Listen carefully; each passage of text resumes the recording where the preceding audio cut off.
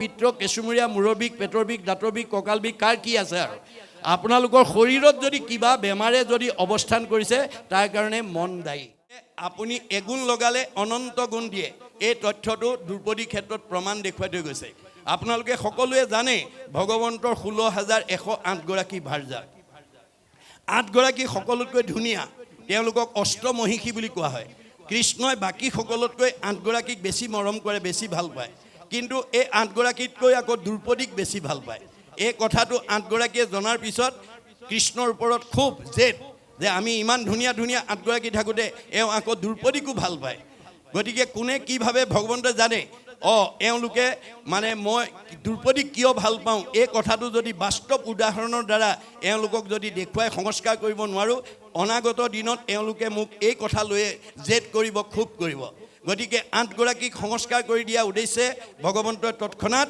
মানে এটা কৰ্ম আঁচনি যুগুত কৰি অস্ত্ৰ পৰিচালনা কৰি আছে অস্ত্ৰ আৰু দ্ৰুপদীক আমন্ত্ৰণ কৰিছে অস্ত্ৰ পৰিচালনা কৰি থাকোঁতে হঠাৎ অস্ত্ৰ লাগি আঙুলি কাটি তেজ ওলালে কৃষ্ণৰ আঙুলি তেজ ওলোৱা দেখি 8 গৰাকীয়ে ফটা কাপোৰ বিচাৰি ভিতৰ সোমালে সেই সময়তে দ্ৰুপদী আহি তেওঁৰ সন্মুখত উপস্থিত হ'ল আৰু কৃষ্ণৰ আঙুলি তেজ ওলোৱা দেখি তেওঁ অকণো অপেক্ষা নকৰি পিন্ধি যোৱা শাৰীখনৰ আঁচল এটা ফালি তৎক্ষণাৎ কৃষ্ণৰ আঙুলি বান্ধি তেজ ৰাখি দিলে 8 গৰাকীয়ে ফটা কাপোৰ লৈ আহি দেখে কৃষ্ণৰ আঙুলি দ্ৰুপদীয়ে বান্ধিলেই ভালেতো এওঁক ভাল পায় সেইদিনাহে বুজি পাইছে কিয় ভাল পায় অৰ্থাৎ কৃষ্ণই দৈহিকভাৱে নহয় ভক্তিত ভাল পায় গতিকে তেওঁলোক সংস্কাৰ হ'ল কিন্তু দ্ৰুপদীয়ে এটুকুৰা বস্ত্ৰৰ ধাৰ লাগিল এটুকুৰা বস্ত্ৰৰ ধাৰ অনন্ত বস্ত্ৰৰূপে পৰিশোধ কৰি দি জগতলৈ নিদৰ্শন এৰি থৈ গৈছে কোনদিনা যিদিনা ৰজস্বলা অৱস্থাত দুঃশাসনে দ্ৰুপদীক ৰাজসভাত বস্ত্ৰহৰণ কৰিছিল সেইদিনাখন বস্ত্ৰৰ ধাৰ বস্ত্ৰৰে পৰিশোধ কৰি জগতলৈ নিদৰ্শন এৰি থৈ গৈছে সেইকাৰণে দাৰ্শনিক পণ্ডিতে কৈছে to be faithful to your land will be faithful to you আপুনি মাটিডৰাক বিশ্বাস কৰি খেতি কৰিবলৈ শিকক মাটিডৰাই কেতিয়াও আপোনাৰ বিশ্বাস ভংগ নকৰে আপুনি ভগৱানক বিশ্বাস কৰি কৰ্ম কৰক ৰাখে হৰি মাৰে হৰি ৰাখে কোনে হৰিয়ে নাৰাখিলে জৰিয়ে ৰাখিব নোৱাৰে এই সুদৃঢ় বিশ্বাস প্ৰহ্লাদৰ দৰে আমি যাতে হৃদয়ত প্ৰতিষ্ঠা কৰি আমি ভগৱানত বিশ্বাস ৰাখি যাতে কৰ্ম কৰি যাওঁ ভগৱানক বিশ্বাসী কৰ্ম কৰিলে আপুনি ফলৱৰ্তী হ'বই যত ধৰ্ম কৰ্ম কৰা কৃষ্ণত অৰ্পণ তেবে অপ্ৰয়াসে সিজিবেক প্ৰয়োজন সকলো প্ৰয়োজন আমাক সাধন কৰিব মাত্ৰ নিয়মবিলাক আমি ভাগৱতৰ পৰা আমি বুটলি নি নিজৰ লগতে পৰিয়াল সমাজক যাতে আমি বিলাই দিব পাৰোঁ তাৰ প্ৰতি আমি গুৰুত্ব দিব লাগিব তাৰপিছত কৈছে নামে শ্ৰুতদেৱ মহাজনত প্ৰখ্যাত শ্ৰৱণতে ঈশ্বৰক কৰিলা সাক্ষাৎ সেই মিথিলাৰ যিজন দুখীয়া মানুহ সেইজনে কৃষ্ণৰ কথা শুনিয়েই কৃষ্ণক সাক্ষাৎ কৰিবলৈ সক্ষম হ'ল গতিকে এই তথ্যটো আমাক আমাৰ ব্ৰজধামৰ গোপীসকলৰ ক্ষেত্ৰত আমাক দেখুৱাই থৈ গৈছে আপোনালোকে জানে কুৰকংশক বধ কৰিবৰ কাৰণে অসুৰে যেতিয়া কৃষ্ণ বলৰামক ব্ৰজধামৰ পৰা আনিবলৈ গৈছিল ব্ৰজৰ গোপীসকলে পঠাব খোজা নাছিল কিন্তু অসুৰে ক'লে হে গোপী সমস্ত কুৰকংশৰ অত্যাচাৰত মথুৰাবাসী ত্ৰাহি মধুসূদন দেখিছে কেইটামান দিনৰ কাৰণে কৃষ্ণক মোক দিয়া কংশক বধ কৰাৰ পিছতে তোমালোকৰ ইয়ালৈকে আকৌ ঘূৰাই পঠিয়াম অসুৰৰ কথাত বিশ্বাস কৰি কৃষ্ণ বলৰামক পঠালে ধনুযজ্ঞ ভংগ কৰি কৃষ্ণ মানে কংশক বধ কৰিলে কিন্তু গকুললৈ আৰু ঘূৰি নগ'ল যাৰ কাৰণে গকুলৰ ব্ৰজসকলে কৃষ্ণৰ বিৰহত কান্দি কান্দি খোৱা বোৱা এৰি হিয়ালি জিয়ালি হৈছে ভগৱন্ত সকলোৰে হৃদয়তে আছে কোনে কি কৰে চব জানে উদ্ধৱক মাতি আনি ক'লে সখা তুমি অকণমান গকুললৈ গৈ ব্ৰজ গোপীসকলক প্ৰবোধ দি থৈ আহা তেওঁলোকে মোৰ বিৰহত বেদনাগ্ৰস্ত হৈ কান্দি কাটি খোৱা বোৱা এৰিছে মই যে তেওঁলোকৰ লগতে আছোঁ সেই কথাটো বুজাই থৈ আহা কৃষ্ণৰ নিৰ্দেশনাত উদ্ধৱ গ'ল ব্ৰজধামত পোৱাৰ লগে লগে গোপীসকলে বেৰি কৃষ্ণৰ বাৰ্তা লয় কিয় অহা নাই কিয় নাহে কিয় ইত্যাদি ইত্যাদি তেতিয়া উদ্ধৱে ক'লে হে গোপীসকল তোমালোকে যিজন কৃষ্ণৰ কাৰণে ইমান হিয়াকুল ব্যাকুল হৈ আছা তোমাৰ দেখোন সকলোৰে হৃদয়তে তেওঁ বিদ্যমান হৈ আছে বোলে কেনেকৈ যেনেকৈ সকলো কাঠতে অগ্নি সোমাই আছে উপমা দিছে সমস্ত কাষ্ঠতে অগ্নি আসন্ত বিআপি অঘৰিখন বিনেতাংক নেদেখে তথাপি সকলো কাঠতে অগ্নি সোমাই আছে কিন্তু যেতিয়ালৈকে ঘঁহাই দিয়া নাযায় তাৰ ভিতৰৰ অগ্নিটো কোনেও দেখা নাপায় উদাহৰণস্বৰূপে জুইচিলা কাঠিটোতে বাঁহটোতে অগ্নি সোমাই আছে এহাতে কাঠিটো আৰু এহাতে বাঁহটো লৈ যদি দিনটো বহি থাকে আমি তাৰ ভিতৰৰ জুইটো দেখিমনে? নেদেখোঁ। কাঠিটো লৈ যেতিয়ালৈকে বাঁহটোত ঘঁহাই নিদিয়ে তেতিয়ালৈকে তাৰ ভিতৰৰ জুইটো আমি দেখা নাপাওঁ। সেইমতে সবাৰো হৃদয়, সেইমতে কৃষ্ণ সকলোৰে হৃদয়তে আছে, সেইমতে কৃষ্ণ আছে সবাৰো হৃদিত। ভকতি নভৈলে নুন্ত কাহাঁতো বিদিত। আমাৰ সকলোৰে হৃদয়তে কৃষ্ণ আছে, কিন্তু আজিৰ দৰে যদি আমি ঈশ্বৰৰ কথা শ্ৰৱণ কীৰ্তন নকৰোঁ আমি প্ৰত্যেকৰ হৃদয়ৰ কৃষ্ণ কথা উপলব্ধি কৰিব নোৱাৰোঁ। যাৰ কাৰণে আজি আমাৰ বহুতে এজনে আনজনক আঘাত পোৱাকৈ কথা কয়, মনত দুখ দিয়াকৈ কথা কয়। গতিকে আমি যেতিয়া কৃষ্ণ সকলোৰে হৃদয়তে আছে বুলি জানিম সেইদিনা আৰু আমাৰ সেই ব্যৱহাৰ তেনেকুৱা নহ'ব। গতিকে আপোনালোকে যদি আজিৰ দৰে শাস্ত্ৰ ভাগৱত শুনিবলৈ আহি শাস্ত্ৰ ভাগৱতৰ কথা যদি আপোনালোকে প্ৰত্যেকেই উপলব্ধি কৰি পৰিয়াল সমাজক উপলব্ধি কৰাব পাৰে তেতিয়াহ'লে ইয়াতেই আমাৰ বৈকুণ্ঠৰ সুখ স্বৰ্গৰ ভোগ হ'ব। আপুনি শত্ৰুৰ পৰা মুক্ত হৈ যাব। আমাৰ ভাগৱতে কৈছে শাস্ত্ৰ অনুবৰ্তী শত্ৰু নুহি উত্তপন। যি মানুহে শাস্ত্ৰ শুনে আৰু পঢ়ে তাৰ কোনো শত্ৰু থাকিব নোৱাৰে। কিয়? তেওঁ ব্যৱহাৰ কৰিব জানে। আমাৰ ব্যৱহাৰ কৰিব নজনাৰ কাৰণে আজি আমাৰ বহুত সমাজত মানুহ কোনোবা বিদ্যাৱন্ত কোনোবা ধনৱন্ত সম্পদশালী জ্ঞানী হয়, কিন্তু সমাজে বেয়া পায়। কিয়? ব্যৱহাৰ কৰিব নাজানে। আমাৰ ব্যৱহাৰ কেনেকুৱা হ'ব লাগে? ভাগৱতে কৈছে সমানত মৈত্ৰী উত্তমত শতকাৰ, দৰিদ্ৰত দয়া কৰি বেক বাৰম্বাৰ। আমাৰ আচৰণটো কেনেকুৱা হ'ব লাগে? মোতকৈ বয়সত জ্যেষ্ঠজন মানে জ্ঞানজ্যেষ্ঠই হওক বা বয়োজ্যেষ্ঠ হওক তেওঁক মই সন্মান কৰিবলৈ জানিব লাগে। সমানজনক বন্ধু ব্যৱহাৰ কৰিবলৈ জানিব লাগে আৰু নিজজনক মৰমৰ চকুৰে চাব জানিব লাগিব। এই তিনিটা ব্যৱহাৰ নজনা মানুহ কেতিয়াও সমাজৰ প্ৰিয় হ'ব নোৱাৰে। সমাজে যাক বেয়া পায় ঈশ্বৰেও তাক বেয়া পায়। গতিকে আমি ঈশ্বৰৰ প্ৰিয় হ'বলৈ হ'লে সমাজৰ আমি প্ৰিয় হ'ব লাগিব। এই কথা আমাক ভাগৱতে দি আছে। আজি আমাৰ এই ব্যৱহাৰৰ কাৰণে আজি আমাৰ সমাজত বিশৃংখল হৈ থাকে, ব্যৱহাৰ কৰিব নজনাৰ কাৰণে। গতিকে আমাৰ ভাগৱতে ব্যৱহাৰ কৰিবলৈ দিছে আৰু আমাৰ ভাগৱতত নিয়ম বান্ধি দিছে। আমাৰ এই জীৱনটো সুন্দৰভাৱে মানে কোনো বেমাৰ আজাৰ নোহোৱাকৈ সদায় আনন্দত থাকিবৰ কাৰণে আমাক 8টা সদাচাৰ নিয়ম ভাগৱতে বান্ধি দিছে। 8টা সদাচাৰ নিয়ম যি জানিব বুজিব আৰু পালন কৰিব তেওঁ আয়ুস বৃদ্ধি কৰিব পাৰিব, তেওঁ শৰীৰ সুস্থ হৈ থাকিব, মন আনন্দ হৈ থাকিব। গতিকে তেওঁ জীৱন মানে প্ৰয়াণৰ পিছত গতি পাব। এই তথ্য আমাক ভাগৱতে দিছে। কি 8 প্ৰকাৰ সদাচাৰ? কায়ৰ সদাচাৰ, বাক্যৰ সদাচাৰ, মনৰ সদাচাৰ, গমন সদাচাৰ, শৌচ সদাচাৰ, অন্ন সদাচাৰ, স্নান সদাচাৰ, শয়ন সদাচাৰ।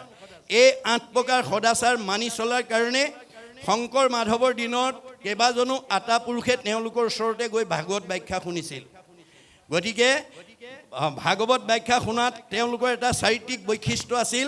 গুৰুতকৈ শিষ্য সিয়ান, খুচৰি খুচৰি লয় জ্ঞান। নজনা কথাবিলাক চব শিকি ল'লে। শিকাওঁতা মাধৱদেৱে 107 বছৰ জীয়াই থাকিলে, শিকাওঁতা শংকৰদেৱ 120 বছৰ জীয়াই থাকিলে। তেওঁলোকৰ পৰা শিক্ষা লোৱা বদলা আটাই 130 বছৰ, ৰাম আটাই 140 বছৰ, মথুৰা দাস আটাই 151 বছৰলৈ আয়ুস বঢ়ালে। গতিকে ভগৱানে দিয়া বয়স 100 বছৰ। আমাৰ প্ৰত্যেককে ভগৱানে 100 বছৰ দিছে। মনুষ্যৰ আয়ুসত বৰিষ সংখ্যাত আমাক প্ৰত্যেককে 100 বছৰ দিছে, কাকো কমাই দিয়া নাই। তৎসত্ত্বেও আজি আমাৰ বহুত উঠি অহা প্ৰজন্ম আমাৰ মাজৰ পৰা 100 বছৰ ভোগ কৰিবলৈ নোপোৱাকৈ আগতীয়াকৈ গুচি গৈছে। কিয়? ভাগৱত তেওঁলোকে নুশুনে, নপঢ়ে, নাজানে, ভাগৱতৰ নিয়ম নাজানে। গতিকে আপুনি যেতিয়ালৈকে ভাগৱতৰ নিয়ম নামানিব তেতিয়ালৈকে ভগৱানে দিয়া 100 বছৰ আমি ভোগ কৰিবলৈ নাপাম। গতিকে সেইকাৰণে আমাক 8 প্ৰকাৰ সদাচাৰ আছে। অৰ্জুনক কৈছে, অৰ্জুন তুমি জীৱশ্ৰেষ্ঠ মানুহ হিচাপে তোমাক মই জন্ম দিছোঁ। তুমি ইন্দ্ৰিয়ক সংযম কৰিবা আৰু মন সদাচাৰত ৰাখিবা, তেতিয়াহে তোমাৰ জীৱনৰ সাৰ্থকতা হ'ব। অৰ্জুনেতো প্ৰতিবাদ কৰিছে কি বুলি? হেন শুনি অসন্তোষ কৰন্ত অৰ্জুন, ইন্দ্ৰিয়ক বশ্য কৰি বাকো পাৰে কোনো। কাৰ সাধ্য আছে ইন্দ্ৰিয়ক বশ্য কৰিব? মনক নাই নাই, এইটো মোৰ কাৰণে কেতিয়াও গ্ৰহণযোগ্য প্ৰস্তাৱ নহয়। এতিয়া কৃষ্ণই হাঁহি পেলাই ক'লে, কৃষ্ণে বোলে সখী তুমি নকৰিবা ভয়, অভ্যাসতে ইন্দ্ৰি বশ্য আপুনি হয়। ভয় নকৰিবা, তুমি অভ্যাস কৰা। গতিকে আজি আপোনালোকে নিজকে সোধক, অহাৰ পৰা কটখনত বহি আছে, যোৱাৰ সময়লৈকে বহি থাকিব। অকলে ঘৰত ইমান সময় কট এখনত বা চকীখনত অকলে বহি থাকিব পাৰিলেহেঁতেন নে? নোৱাৰে। কোনে বহুৱাইছে আজি? কিয় বহিছে? এই ৰহস্য আমি ভেদ কৰিব লাগিব। আমাৰ বেদত কৈছে স্ব পৰম অনুৰক্তি ঈশ্বৰেই ভক্তি। আজি ইয়াত বহি থকা সকলে ঈশ্বৰৰ কথা জানিবৰ কাৰণে, শুনিবৰ কাৰণে, বুজিবৰ কাৰণে এটা আগ্ৰহ লৈ বহি আছে। এই আগ্ৰহে আমাক 6টা প্ৰমোচন দিব। মনত ৰাখিব, আগ্ৰহ, ৰতি, প্ৰীতি, ভক্তি, শান্তি, 6 নম্বৰত মুক্তি। এই স্তৰলৈকে আমি আগুৱাই যাবই লাগিব, নহ'লে সংসাৰ চক্ৰত ঘূৰি থাকিব লাগিব। গতিকে আমি আগ্ৰহেৰে ঈশ্বৰৰ কথা শুনিলে আপুনি ৰথ হৈ যাব। আপোনাৰ শৰীৰলৈ কোনো মানে দুখ বেদনা আহিব নোৱাৰে। কাৰোবাৰ কঁকাল বিষ আছে যদিও, ভৰি বিষ আছে যদিও আহিব নোৱাৰে। কাৰণ অৰ্জুনক কৈছে, শৰীৰত চাহি শ্ৰেষ্ঠ যত ইন্দ্ৰিগণ, ইন্দ্ৰিয়ত কৰি শ্ৰেষ্ঠ জানিবাহা মন, মনত অধিক বুদ্ধি কহিলো তোমাক, সবাতো অধিক শ্ৰেষ্ঠ আত্মা বুলি যাক।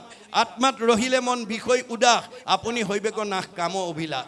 হে অৰ্জুন, তোমাৰ শৰীৰটোতকৈ ইন্দ্ৰিয়বিলাক শ্ৰেষ্ঠ, ইন্দ্ৰিয়বিলাকতকৈ মন শ্ৰেষ্ঠ, মনতকৈ আত্মা শ্ৰেষ্ঠ, আত্মাতকৈ আৰু মানে আত্মাত যেতিয়া তোমাৰ মন মানে অধিষ্ঠিত কৰিব পাৰে, তোমাক আৰু কোনো বিষয়ে দুখে স্পৰ্শ কৰিব নোৱাৰে। গতিকে আজি আপোনালোকৰ 10টা ইন্দ্ৰিয় ভাল আছে কাৰণে আহিলে। 10টা ইন্দ্ৰিয় ভাল থাকিলেও আহিব নোৱাৰে। যদি মনে কয় নাই নাই এতিয়া ৰাতিখন গৈ ভাগৱত শুনিব নোৱাৰোঁ, কষ্ট হ'ব, এইবুলি যদি মনে কয় আহিব নোৱাৰে। মনে আহি গ'ল, অহাৰ পিছতো কিন্তু মন ইমান চঞ্চল যে ভাগৱত আলোচনা হৈ থাকোঁতে অন্য চিন্তা কৰি আছে। ঘৰত এৰি থৈ অহা ল'ৰা ছোৱালীকেইটাৰ কথা, ঘৰত এৰি থৈ অহা এটা ব্যৱসায় কথা, অহাকালিলৈ কিবা কাম বনৰ কথা ইত্যাদি ইত্যাদি। তেতিয়া কিন্তু আমাৰ বুদ্ধিয়ে ক'ব লাগিব, ঐ মন, ৰাতিপুৱা শুই উঠাৰ পৰা গধূলা খোৱালৈকে, জন্মৰ পৰা আজি তাৰিখলৈকে সদায় ধন টকা পইচা ইন্দ্ৰিয় সুখ বুখ পৰিয়াল পোহপালনৰ কথা সদায় চিন্তা কৰি আছোঁ।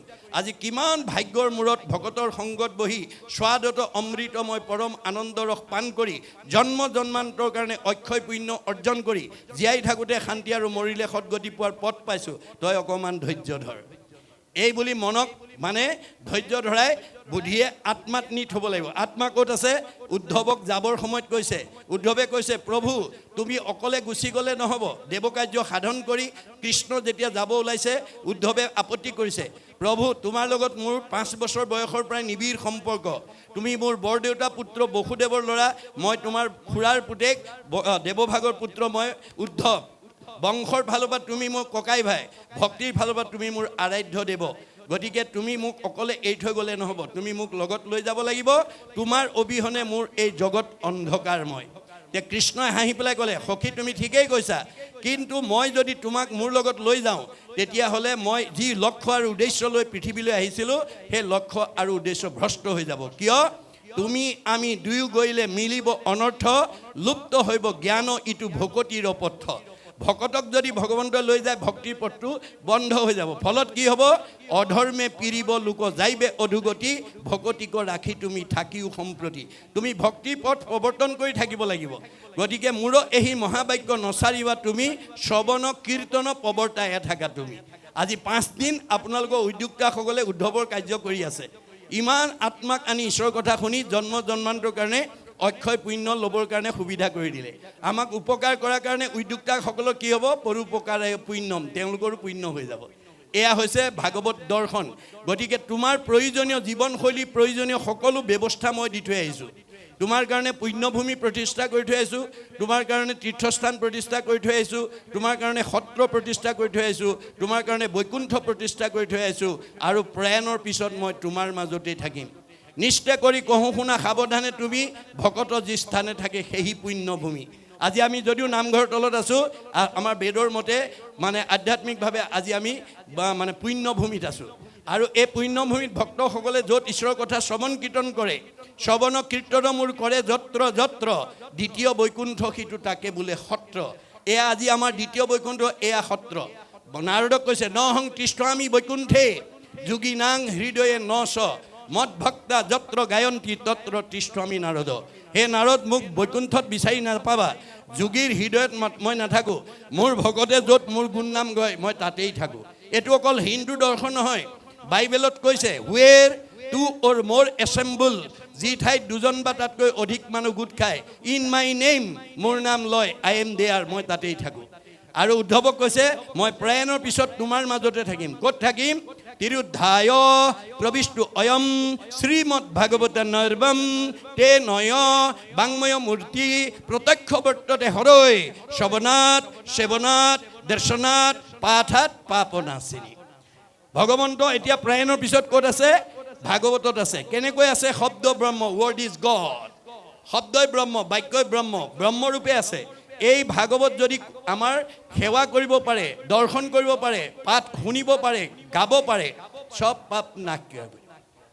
কি পাপ নাইকিয়া কৰিব? আমি পাপ দেখুৱাই দিয়া বস্তু নহয়। পাপ হৈছে আমাৰ মনৰ কিছুমান বেয়া গুণৰ সমষ্টি। দাৰ্শনিকৰ অভিমত কুবুদ্ধি। ভাগৱত শুনিবলৈ আহি যদি গ্ৰাম্য কথা পাতি থাকে সেইটো পাপ হৈ গ'ল। আৰু তেওঁ গ্ৰাম্য কথা পতাৰ কাৰণে ওচৰৰ মানুহজনে যদি কৃষ্ণ কথা শুনাত বাধা পৰিছে, গ্ৰাম্য কথা পতা দুজনৰ কি হ'ব? পাপ আয় পৰপীড়নম। আজি বৈকুণ্ঠ ঠাইলৈ আহিও পাপ লৈ যাব লাগিব। এইটো কুবুদ্ধি বুলি কৈছে দেই। পাপ কি বস্তু? কুবুদ্ধি, অসৎ চিন্তা, অসৎ ভাৱনা, অসৎ পৰিকল্পনা, কুসংস্কাৰ, অন্ধবিশ্বাস, মনৰ সংকীৰ্ণতা, কুপৰম্পৰা। এইবিলাক আমাৰ ভাগৱত শুনাৰ লগে লগে নাইকিয়া হৈ যাব। অট'মেটিক নাইকিয়া হৈ যাব, আপুনি নাইকিয়া হৈ যাব। ভাগৱতৰ এয়াই মাহাত্ম্য। গতিকে ভাগৱত নুশুনাৰ পৰ্যন্ত আমি পাপৰ পৰা মুক্ত হ'ব নোৱাৰোঁ। এই তথ্য আমাক দিছে। তাৰপিছত কি বুলি কৈছে? যে আনে কোনো অষ্টাংগ যোগক আদি কৰি সৰ্বকৰ্ম কৰিও নিচিনে মহাহৰি। যে বৈদিক যুগত ভগৱানক চিন্তা কৰা অষ্টপ্ৰকাৰ যুগৰ বা নিয়ম আছিলে। যোগ কাই যে যিবিলাক কৌশল অৱলম্বন কৰিলে আমি ঈশ্বৰক চিন্তা কৰিব পাৰিম। কৰ্মসু কৌশলম যোগ, কৰ্মসুম কৌশলম যোগ। আজি আমি যিটো কৰ্ম মানে যিটো কৌশল অৱলম্বন কৰিলে আত্মাই পৰমাত্মাৰ লগত সংযোগ স্থাপন কৰিব, প্লাছ ই কেতিয়াও মাইনাছ নহয়। মনত ৰাখিব, যোগ। গতিকে আজি আমাৰ পুণ্য যোগ হ'ব। গতিকে এইটো হৈছে এটা যোগ। কৰ্মসু কৌশলম যোগ। যিটো যোগ কৌশল অৱলম্বন কৰিলে আত্মাই পৰমাত্মাৰ লগত সংযোগ স্থাপন কৰে, সেইটোৱে যোগ। এইটো কোনে শিকাইছিল? কপিল প্ৰভুৱে। কপিল স্বৰূপে আৰু ভৈলা অৱতাৰ লুপ্ত ভৈল জ্ঞানত আকৌ কৰিলা প্ৰচাৰ। তোমাৰো প্ৰসাদে যুগ জানি দেৱ হুতি, তোমাৰ শৰণ চিন্তি লভিলা মুকুতি। কপিলে প্ৰৱৰ্তন কৰা যুগনীতি অৱলম্বন কৰি যদি দেৱহূতি উদ্ধাৰ হয়, আমি হ'ম নে নহ'ম? এই কথা আমি অনুভৱ কৰিব লাগিব। অনুভৱে আমাৰ সংস্কাৰ কৰে, উপলব্ধিয়ে সংস্কাৰ কৰে। যাৰ উপলব্ধি নাই তাৰ সংস্কাৰ নাই। গতিকে আমি আজি ভাগৱতৰ প্ৰতিটো কথাই উপলব্ধি কৰিব লাগিব। উপলব্ধিয়ে আমাৰ সংস্কাৰ আনিব। যদি আমি ভাগৱত কেৱল শুনিব লাগে, পঢ়িব লাগে কাৰণে শুনো বা পঢ়োঁ, তেতিয়া উপলব্ধি নহ'লে সংস্কাৰ নহ'ব। তেওঁ যেনে আছে তেনেই থাকিব। গতিকে আমি প্ৰতিটো কথা উপলব্ধি কৰোঁ। উপলব্ধিয়ে সংস্কাৰ কৰে। আমাক ভগৱন্তই প্ৰত্যেককে কিবা নহয় কিবা এটা প্ৰতিভা দিছে। কাক কি দিছে আপোনালোকে জানিব। কাৰোবাক ডাক্তৰ, ইঞ্জিনিয়াৰ, অৱস্যাৰ, প্ৰবক্তা, অধিবক্তা, বুদ্ধিজীৱী, জ্ঞানী, মানিকে প্ৰমুখ্য কৰি কিবা নহয় কিবা এটা প্ৰতিভা দিছে। কিন্তু আপুনি সেই ভগৱন্তৰ প্ৰতিভাটো প্ৰণালীবদ্ধ প্ৰয়োগৰ দ্বাৰা বিজ্ঞানলৈ উত্তৰণ কৰিবলৈ শিকিব লাগে বুলি কৈছে। ভগৱানে দিয়া প্ৰতিভাটো আমি প্ৰণালীবদ্ধ প্ৰয়োগৰ দ্বাৰা বিজ্ঞানলৈ উত্তৰণ কৰিবলৈ শিকিব লাগিব। বিজ্ঞানটোক উপলব্ধিৰ দ্বাৰা দৰ্শনলৈ উত্তৰণ কৰিবলৈ শিকিব লাগিব। দৰ্শনটোক উপলব্ধিৰ দ্বাৰা ধৰ্মত নি প্ৰতিষ্ঠা কৰিবলৈ শিকিব লাগিব। তেতিয়া ধৰ্ম ৰক্ষতি ৰক্ষিত। ভগৱানে দিয়া প্ৰতিভাটোৰ পৰা আপুনি তেতিয়াহে ৰক্ষণাবেক্ষণ পাব, তেতিয়াহে ভগৱন্তই আপোনাক ধৰ্মই ৰাখিব, যেতিয়া তাক ক্ৰমোন্নতিভাৱে প্ৰণালীবদ্ধভাৱে প্ৰয়োগ নীতি কৰি পেলাই তেওঁ প্ৰতিষ্ঠা কৰিব পাৰিব। সেইকাৰণে দাৰ্শনিক পণ্ডিতে কৈছে systematic knowledge is science, realise science is philosophy, realise philosophy is religion, religion is the highest sense of philosophy. প্ৰণালীবদ্ধ জ্ঞানক বিজ্ঞান বুলি কৈছে। বিজ্ঞানটো যেতিয়া উপলব্ধি কৰিব দৰ্শন, দৰ্শনটোক যেতিয়া উপলব্ধি কৰিব ধৰ্ম, ধৰ্মতকৈ আৰু শ্ৰেষ্ঠ দৰ্শন দ্বিতীয় নাই। মহাপুৰুষ শংকৰদেৱে এটা বাক্যত বুজাই দিছে, যতেক দেখা খোজ সমুদায়, হস্তিৰ খোজত হবে লুকায়। প্ৰকৃতিৰ জগতত যিমানবিলাক জীৱ জন্তু দেখিছোঁ, সকলো জন্তুৰ খোজ হাতীৰ খোজত লুকাই যায়। হাতীৰ খোজতকৈ আৰু ডাঙৰ খোজ দ্বিতীয় নাই। এই পৃথিৱীত যিমান ডাঙৰ মানুহ আছে, ৰাষ্ট্ৰপতিও কৃষ্ণতে বিলীন হ'ব লাগিব আৰু সাধাৰণ নাগৰিকো কৃষ্ণতে বিলীন হ'ব লাগিব। MLA মিনিষ্টাৰো কৃষ্ণতে বিলীন হ'ব লাগিব, ঠেলাৱালা ৰিক্সাৱালাও কৃষ্ণতে বিলীন হ'ব লাগিব। আপোনালোকৰ গাঁৱৰ ধনী মানুহজনো কৃষ্ণতে বিলীন হ'ব লাগিব আৰু দুখীয়া মানুহজনো কৃষ্ণতে বিলীন হ'ব লাগিব। কৃষ্ণৰ ব্যতিৰেকে আৰু দ্বিতীয় নাই। সেইকাৰণে গুৰুজনে কৈছে কৃষ্ণক পুজিলে পূজা সমস্তৰে হয়, পৃথকে পুজিলে পূজা কেহু নলয়। আমি সকলো ঈশ্বৰৰ সন্তান। যিজনৰ ত্ৰিপিটিত তুষ্ট হ'ব দেও, জানিবা সিজনৰ পিতৃ এক কৃষ্ণ দেও। আমাৰ সকলোৰে পিতৃ কৃষ্ণ। আমি কৃষ্ণক যাতে সন্তুষ্ট ৰাখিব পাৰোঁ, কৃষ্ণক যাতে আমাৰ ঘৰত ৰাখিব পাৰোঁ, কৃষ্ণক যাতে আমাৰ মনৰ লগত ৰাখিব পাৰোঁ, তাৰ কাৰণে আমি যত্ন কৰিব লাগিব। গতিকে কৃষ্ণ যদি সন্তুষ্ট হয়, তেওঁ আজ্ঞাবাহী 33 কোটি দেৱতা আপুনি সন্তুষ্ট হৈ যাব। আৰু বেলেগকৈ আমি দেৱতাক পূজা কৰাৰ প্ৰয়োজন নাথাকে। এই কথা আমাক কৈছে। তাৰপিছত কৈছে অষ্টাংগ যোগ, যে যম, নিয়ম, আসন, প্ৰাণায়াম, প্ৰত্যাহাৰ, ধ্যান, ধাৰণা, সমাধি, এয়া হৈছে অষ্টাংগ যুগৰ দ্বাৰা ভগৱন্তক চিন্তা কৰা বৈদিক যুগৰ নিয়ম। এই নিয়মেৰেও যিজনক নাপায়, আনে পুনু অষ্টাংগ যোগক আদি কৰি সৰ্বকৰ্ম কৰিও নিচিনে মহাহৰি প্ৰাণহৰি যিজনক অষ্ট যোগেৰে চিন্তা কৰিও দেখা পাব নোৱাৰে এক কৃষ্ণ কথা শ্ৰৱণতে ভক্ত ভৈলা একে কৃষ্ণ কথা শ্ৰৱণতে ভক্ত ভৈলা ধন্য শ্ৰুতদেৱ নাম প্ৰভু চিন্তিলা।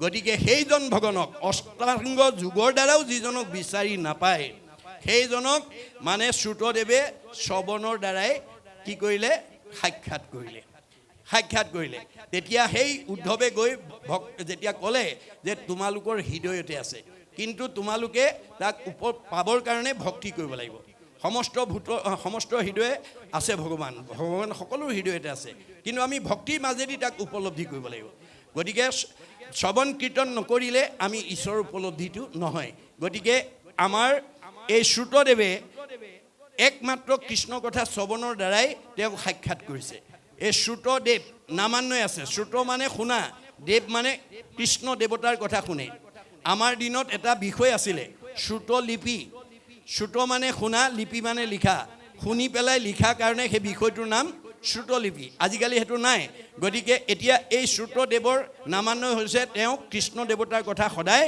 শুনে ধন্য শ্ৰুতদেৱ নাম প্ৰভুক চিন্তিলা তোমাক ধন্যবাদ দিছোঁ শ্ৰৱণ কীৰ্তন আদি নৱদা ভকতি মহাযত্নে কৃষ্ণক কৰন্ত প্ৰতিনিধি মনত ৰাখিব কথাটো আমাৰ ঈশ্বৰক ভজিবৰ কাৰণে 9 প্ৰকাৰ ভক্তি পথ দিছে এইটো শ্ৰুতদেৱে মহাযত্নৰে সৈতে আচৰণ কৰে গতিকে আপুনি এই বাক্যটো শুনি বা পঢ়ি তাতে সীমাবদ্ধ কৰিলে নহ'ব আমিও তেনেকৈ 9বিধ ভক্তিৰ যিকোনো এবিধ ভক্তি আমি আচৰণ কৰিবলৈ শিকিব লাগিব আপুনি 9টা ৰুমৰ পকা ঘৰ এটা বনাইছে প্ৰতিটো ৰুমতে লাইন কানেকশ্যন দি বাল্ব ফিট কৰি থৈছে আপুনি বাল্ব ফিট কৰি থ'লে বুলিয়ে লাইন কানেকশ্যন দি থ'লে বুলিয়ে সূৰ্য অস্ত যোৱাৰ লগে লগে আপোনাৰ ৰুমকেইটা নিজে নিজে পোহৰ হৈ নাযায় কেতিয়া পোহৰ হ'ব যেতিয়া সেই ৰুমৰ মানে লাইনৰ ছুইচটো যেতিয়া অন কৰি দিব তেতিয়াহে আপোনাৰ ৰুমটো পোহৰ হ'ব তেনেকৈ আমাৰ এইখন ঘৰত 9টা বাল্ব লগাই থৈছে শ্ৰৱণ কীৰ্তন অৰ্চন বন্দন দাস্য সখিত্ব পদসেৱন আত্মনিবেদন স্মৰণ এই 9বিধ ভক্তি যিকোনো এবিধ হ'লেও আপুনি যিকোনো প্ৰকাৰে যদি আচৰণ কৰে অৰ্থাৎ তাৰ এটা ছুইচ যদি অন কৰি ৰাখে তেতিয়া আপোনাৰ ঘৰটো পোহৰ হৈ থাকিব যদি আপুনি এটা ছুইচো অন নকৰে অৰ্থাৎ 9বিধ ভক্তি যদি এবিধ ভকতিও আপুনি আচৰণ নকৰে তেতিয়াহ'লে আমাৰ এই গৃহ ঘৰখন আমি পোহৰত ৰাখিব নোৱাৰিম দুখ বেদনা আৰু বিভিন্ন অশান্তিত আমি জীৱন পাৰ কৰিব লাগিব সেইকাৰণে শ্ৰুতদেৱে কি কৈছে মহাযত্নৰে প্ৰতিদিনে কৰে বুলি কৈছে মহাযত্নে বিশেষণ লগাইছে কৃষ্ণৰ কৰন্ত প্ৰতিনিধি গতিকে আমি এনেকুৱা কিছুমান চাকৰি তাৰণা আছে কৰ্মৰ তাৰণা আছে যে আপুনি গুৰুগৃহত সোমাই বহুত সময় শৰণ ভজনৰ বাক্য মানে অনুশীলন কৰাৰ সময় নাই তেতিয়া আপুনি ধূপ এডাল জ্বলাই কেৱল মাত্ৰ কৃষ্ণ বুলি কৈ যাওক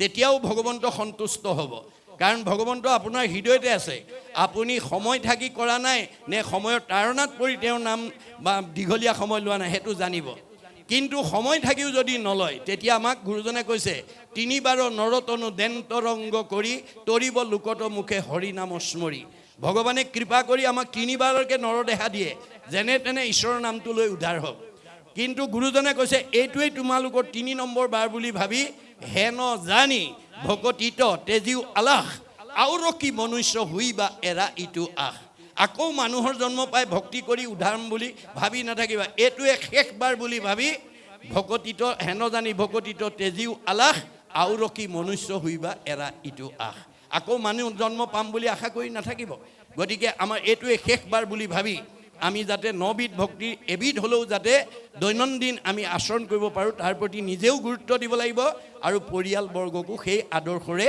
অনুপ্ৰাণিত কৰিব লাগিব গতিকে সৰুবিলাকে সদায় আমাৰ ডাঙৰবিলাকক অনুকৰণ কৰি থাকে এইটো শিক্ষানীতি মানে মনস্তাত্ত্বিক পণ্ডিত দাৰ্শনিক পণ্ডিতৰ অভিমত আমাৰ অনুজবিলাকে সদায় অগ্ৰজবিলাকক অনুকৰণ কৰি থাকে আমাৰ ভাগৱতেও কৈছে জ্যেষ্ঠজনে কৰে যদি গৰিহিত কৰ্ম অন্যে ভাবে তাকো সেহি মহাধৰ্ম আমাৰ সৰুবিলাকে সদায় ডাঙৰবিলাকক অনুকৰণ কৰি থাকে গতিকে আমি ডাঙৰবিলাকে ধৰ্ম কেনেকৈ আচৰণ কৰিব লাগিব আমাৰ গুৰুজনাই দৰ্শন দিছে যে আমি ৰাতিপুৱা শুই উঠিয়ে প্ৰথমতে গা পা ধুই গুৰু সেৱা কৰি আমি প্ৰথম বিষ্ণু যজ্ঞ কৰি মনটো শুদ্ধ কৰি ল'ব লাগিব। আমি প্ৰথমতে বিষ্ণু যজ্ঞ কৰিব লাগে, তাৰপিছতে ভূত যজ্ঞ কৰিব লাগে। বিষ্ণু যজ্ঞ মানে ঈশ্বৰ সেৱাটো আমি কৰিব লাগে, কাৰণ ঈশ্বৰ সেৱা কৰিব পৰা শক্তি মানুহৰ বাদে আনৰ নাই।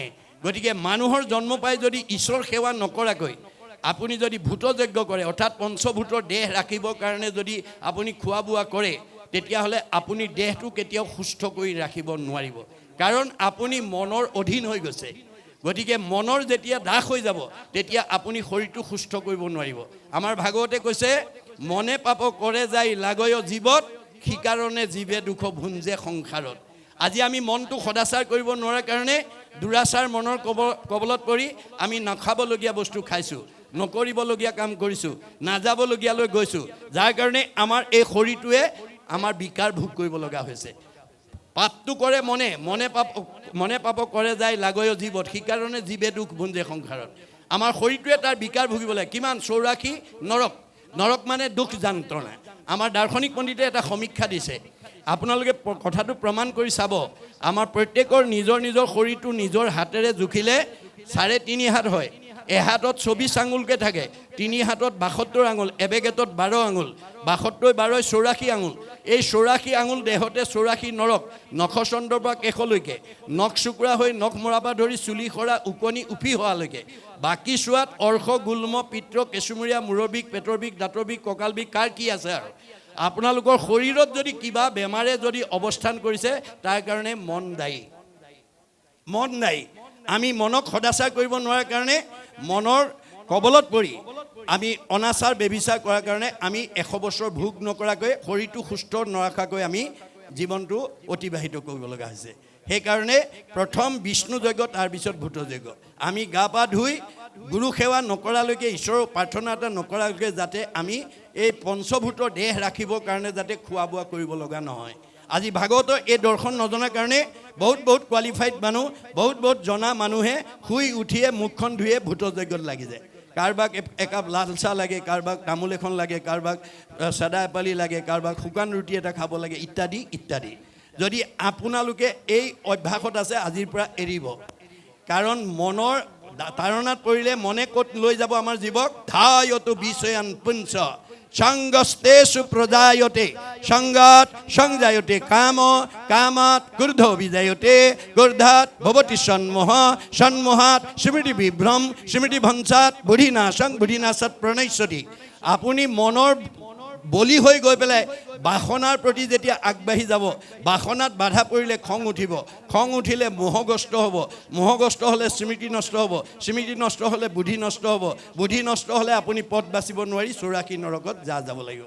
আজি বেদৰ এই দৰ্শনটো নজনাৰ কাৰণে, মনৰ বাসনাৰ বলি হোৱাৰ কাৰণে আজি মানুহ বহুত বিপদগ্ৰস্ত হৈছে। আপোনালোকে বৰ্তমান অৱস্থাত দেখিছে কোন কেনেকৈ বিপদগ্ৰস্ত হৈছে।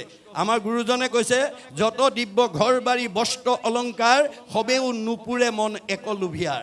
আপোনাৰ লগত নিব নোৱাৰা ধন টকা পইচা ঐশ্বৰ্য সম্পত্তি যদি মোহত পৰি যায়, তেতিয়াহ'লে আপোনাক কোনো বস্তুৱে জোৰা নমৰা হ'ব। আপোনাৰ মনটো সদায় অসন্তুষ্ট হৈ থাকিব। অসন্তুষ্ট প্ৰাণীৰ নখন্দে মনৰ দুখ, তলুই কৰ লক্ষ্মী পাইলে নাহি তাৰ সুখ। যাৰ মনটো অসন্তোষীয়া হ'ব, তাক কোনো সম্পত্তি, কোনো ধৰণৰ বস্তুৱে তাক মনত সন্তুষ্ট দিব পৰা নহ'ব। এতিয়া উপায় কি হ'ব? আমাক গুৰুজনে ভাগৱতত উপায় দিছে।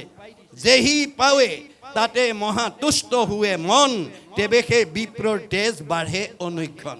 আপুনি কৰ্মফলে, পূৰ্বজন্মৰ পুণ্য ফলে আপোনাক এইখন গাঁৱত য'ত অৱস্থান কৰি ৰাখিছে, আপুনি কৰ্ম কৰি যিটো ফল পাইছে, ভক্তিৰ দ্বাৰা তাতেই সন্তুষ্ট থাকি সুখে দুখে মুখে যোনো চাৰে ৰাম নাম। গতিকে সুখ দুখ সকলো সময়তে যদি ঈশ্বৰৰ নাম লয়, তেতিয়া তেজ মানে শক্তি, তেজ মানে প্ৰভাৱ, তেজ মানে চেহেৰা, তেজ মানে কমনীয়তা, তেজ মানে পৰমায়ুস বাঢ়ি যাব। আৰু তাকে যদি নহয়, নিজৰ ভৰিত নিজে কুঠাৰ মৰা হ'ব। যাৰ কাৰণে দাৰ্শনিক পণ্ডিতে কৈছে, we must concentrate as much as we get from God. ভগৱানে আমাক যি দিছে, আমি তাতেই আত্মসন্তুষ্টি থাকিবলৈ শিকিব লাগে। আজি বহুত কোৱালিফাইড মানুহ, বহুত উচ্চ পদস্থ বিষয়ত চাকৰি কৰা মানুহে ভগৱানে দিয়াটোতে আত্মসন্তুষ্টি নহয়, নিজাববীয়াকৈ অন্যায়ভাৱে মানে আনক ঠগ প্ৰবঞ্চনা কৰি বেছি সুখী হ'বলৈ গৈ, বেছি ধনী হ'বলৈ গৈ ৰঙা ঘৰৰ অতিথি হ'ব লগা হৈছে। বহুতে চাকৰিৰ পৰা নিলম্বন হ'ব লগা হৈছে। গতিকে সেইসকল কোৱালিফাইড মানুহ, সেইসকল উচ্চপদস্থ বিষয়ত চাকৰি কৰা মানুহে যদি ভাগৱত শুনে, ভাগৱত পঢ়ে, ভাগৱতৰ দৰ্শন যদি জানে, তেওঁলোক কেতিয়াও বিপদগ্ৰস্ত হ'ব নালাগে।